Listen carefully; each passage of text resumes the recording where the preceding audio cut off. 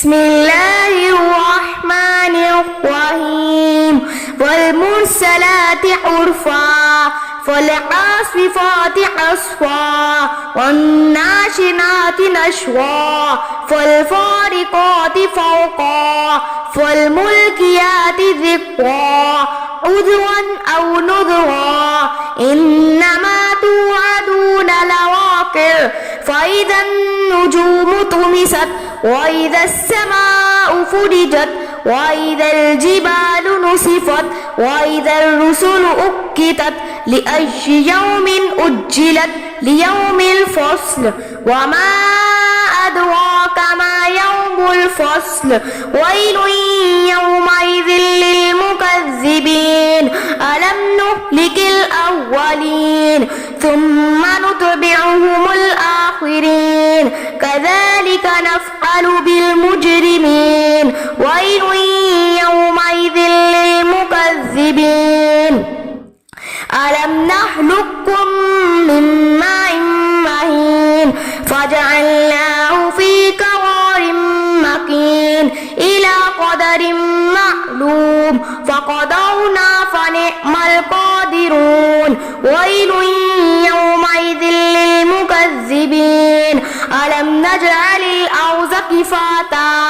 أحياء وأمواتا وجعلنا فيها رواسي شامخات وأسقيناكم ماء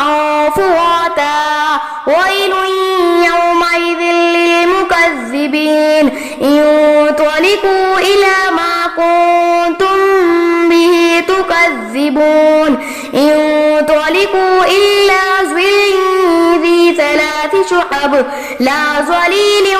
ولا يغني من اللهب إنها ترمي بشرر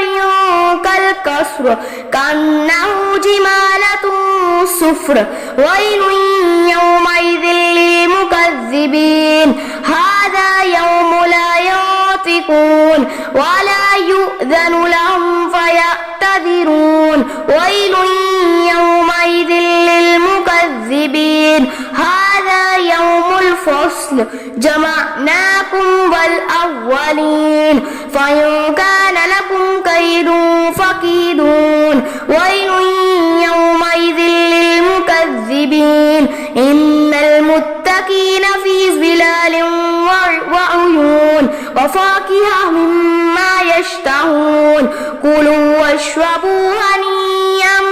بما كنتم تعملون إنا كذلك نجزي المحسنين ويل يومئذ للمكذبين كلوا وتمتعوا قليلا إنكم مجرمون ويل يومئذ للمكذبين وإذا قيل لهم اركعوا لا يركعون ويل يومئذ للمكذبين فبأي حديث بعده يؤمنون صدق الله العظيم.